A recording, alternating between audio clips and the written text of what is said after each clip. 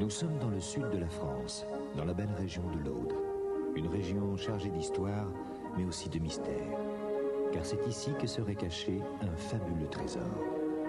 Tout a commencé sur cette colline, qu'on nomme la colline envoûtée, et qui surplombe un petit village d'une trentaine d'habitants, Rennes-le-Château.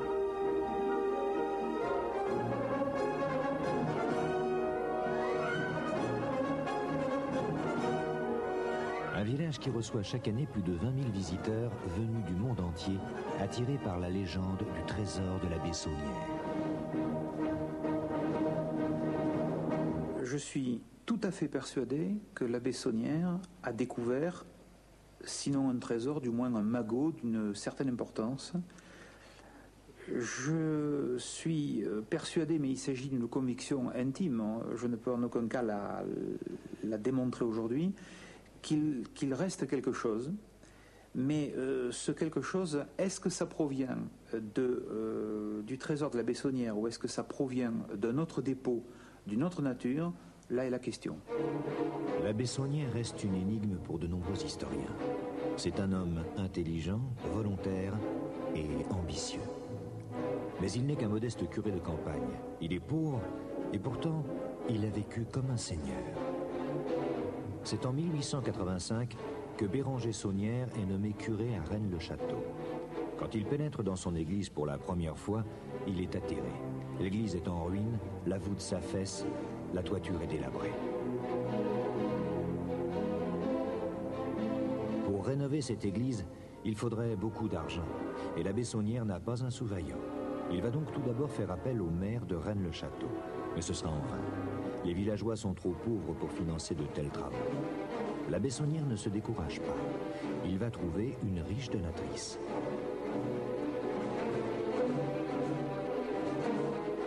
Il est certain qu'il a eu un don de la comtesse de Chambord, puisqu'il le mentionne, assez important, puisqu'il est de 3000 francs or.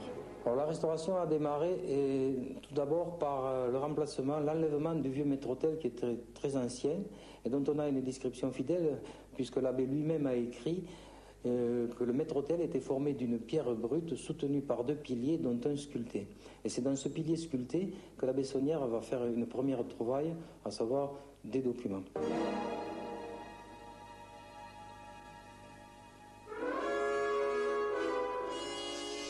Mon arrière-grand-père disait, un soir, alors qu'il descendait du clocher, alors que les ouvriers étaient partis, qu'ils étaient en train, les ouvriers, de démolir tout ce qu'il y avait dans l'église, en particulier la vieille chaire, il va voir un objet brillant, au milieu de gravats, et à côté d'un vieux balustre.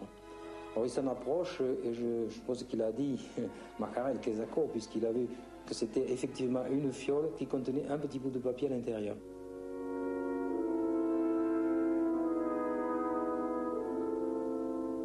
Bien sûr, il s'empresse de porter sa découverte à la Bessonnière.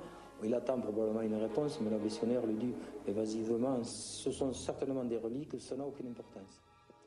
Mais mon arrière-grand-père n'était pas dupe, je crois, puisqu'il a toujours dit chez nous, c'est grâce à moi que la Bessonnière est devenue riche. C'est-à-dire donc c'est à partir de là que la Bessonnière va entamer ses recherches et qu'il va trouver 2 jours plus tard la fameuse dalle dite des chevaliers. La dalle des chevaliers que les maçons vont découvrir est d'époque mérovingienne. Bizarrement, cette dalle qui paraît anodine au premier abord est entièrement sculptée en dessous. Elle semble avoir été posée à l'envers.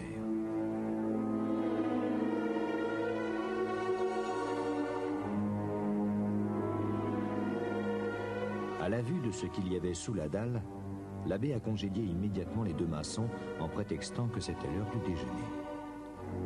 Mais ils avaient eu le temps, eux aussi, d'apercevoir sous la dalle un étrange récipient rempli d'objets brillants. Nul ne sait ce que la Bessonnière a trouvé ce jour-là, mais il est certain qu'à partir de ce moment, les villageois l'ont vu creuser la nuit dans le cimetière, accompagné de sa fidèle gouvernante, Marie Desnardous. Une nuit, l'abbé va trouver une stèle où est gravée l'épitaphe de l'épouse du seigneur de Rennes-le-Château. Mais cette épitaphe comporte des anomalies étranges.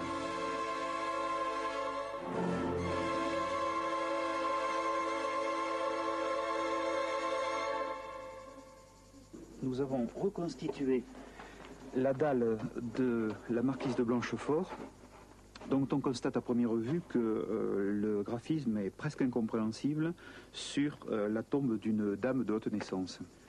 Si on pose comme hypothèse de travail que le T signe le trésor, on a d'autres possibilités que de suivre les autres T pour voir s'ils se trouvent en place. Celui-ci est correct. Celui qui devrait se trouver dans le mot d'Hautpoul a été effacé, ou plus exactement, il manque. Celui de Blanchefort est à la bonne place. Celui du mot 7 a été décalé pour prendre la place qui logiquement revenait à la lettre P. Quant au dernier, il se trouve dans un mot fabriqué de toutes pièces qui est le mot catin, par glissement et césure au mauvais endroit du mot requiescat. La césure devrait donc se trouver ici. Et nous avons l'interprétation évidente qu'apparaît. Le trésor n'est pas ou n'est plus chez les Hautpoul, absence du T. Il a été déplacé. Il se trouve au milieu du mot catin, qui nous renvoie au mot latin catinum, qui signifie grotte ou caverne. Dans son journal intime de 1892, l'abbé note « Jeudi 21, découverte d'un tombeau ». Et à partir de ce moment-là, il se lance dans les travaux et dépense sans compter. Il achète 6 terrains, fait construire la tour Maltèque, la villa Béthanie où il va résider et recevoir fastueusement de nombreux invités prestigieux. Les repas sont raffinés. L'alcool coule à flot. Il entretient même une relation soutenue avec une des femmes les plus célèbres de l'époque, la cantatrice Emma Calvet. Et bien sûr, l'église est somptueusement restaurée. Comment expliquer que ce modeste curé de campagne va dépenser la somme astronomique de 2,5 milliards de centimes? Marie Desnarnaud disait aux habitants de Rennes-le-Château, vous marchez sur de l'or. Et elle disait aussi, avec le trésor de la Bessonnière, on pourrait nourrir le village pendant 100 ans, et encore il en resterait. Et c'est par tous les moyens qu'encore aujourd'hui, on cherche le trésor. Ça fait du bon boulot. Hein. Là, on est sur un coup super. Là. On ne peut pas vous le dire. Dans une affaire comme ça, je crois que le mieux, c'est de travailler l'intuition. Et travailler l'intuition, c'est peut-être regarder une carte topographique, jouer avec la toponymie, les courbes de niveau, un certain nombre de signes conventionnels de la carte et essayer arbitrairement de relier entre des points qui, en principe, n'ont pas forcément de connexion. Et on a un certain nombre de chances, à partir de là, de voir se dessiner des pistes. Une fois qu'on a ces pistes, on peut en dérouler certaines et il arrive que certaines de ces pistes nous amènent à des choses intéressantes. Pour beaucoup de chercheurs, la piste commence dans l'église où l'abbé Saunière a installé un étrange bénitier et une inscription. Par ce signe, tu le vaincras. L'abbé nous indique-t-il ainsi que par les signes de croix, le trésor peut être trouvé? Il est certain que ce bénitier présente un phénomène magnétique étrange. Si l'on place une boussole au pied des statues, on s'aperçoit qu'elle indique 3 directions différentes. Suivons cette direction en ligne droite. La première croix que nous rencontrons est celle du Calvaire, à la sortie de l'église de Rennes-le-Château. Si nous continuons dans cette direction, sur quelques kilomètres, nous allons atterrir dans un autre village, Rennes-les-Bains.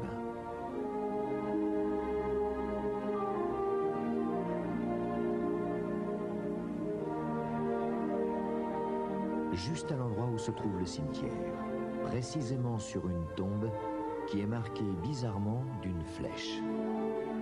Nous avons donc ainsi tracé notre première ligne.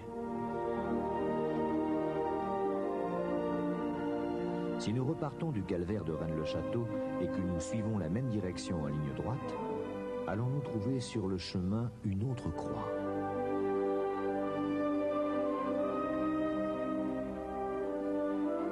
Au bord d'une route, en pleine campagne, il y a en effet la croix de Gavigno, qui fait face à Rennes-le-Château.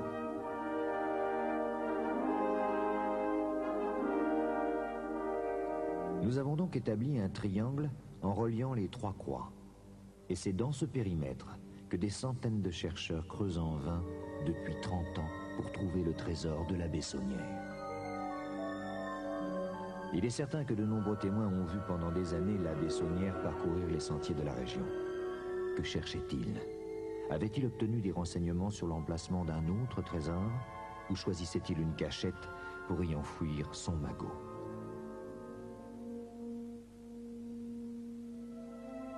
Un des indices qu'on a retenu c'est que l'abbé Saunière est allé à Paris faire déchiffrer des parchemins et qu'il est revenu avec une reproduction d'un tableau de Nicolas Poussin, Les bergers d'Arcadie.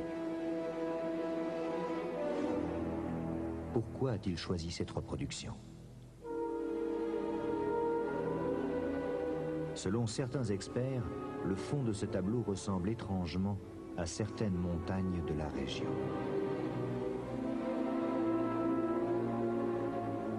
Et le point d'où l'on peut voir ces deux montagnes se situe au lieu dit le tombeau d'Arc. Ce tombeau d'Arc est en ligne droite avec la croix de Rennes-les-Bains et celle des Gavignons. Nous allons donc agrandir le triangle et joindre le tombeau d'Arc à Rennes-le-Château. Sur le chemin, nous trouvons les vestiges du château de Blanchefort, surplombant une falaise aux grottes mystérieuses.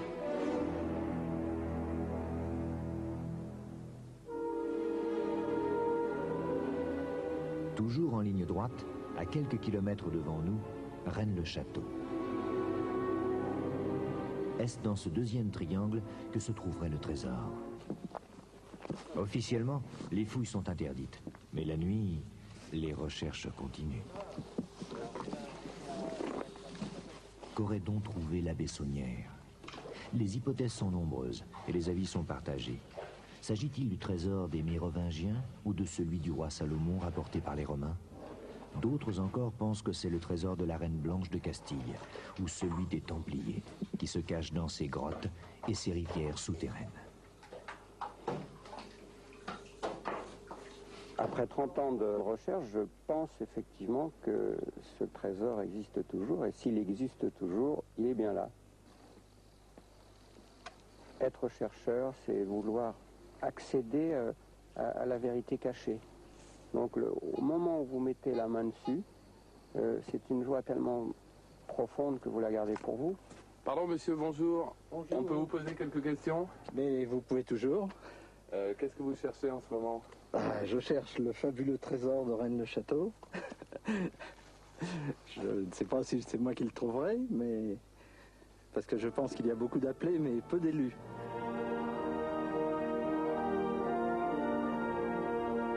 Depuis plus de 30 ans, Rennes-le-Château garde jalousement son secret et le mystère du trésor de l'abbé Saunière continue de nous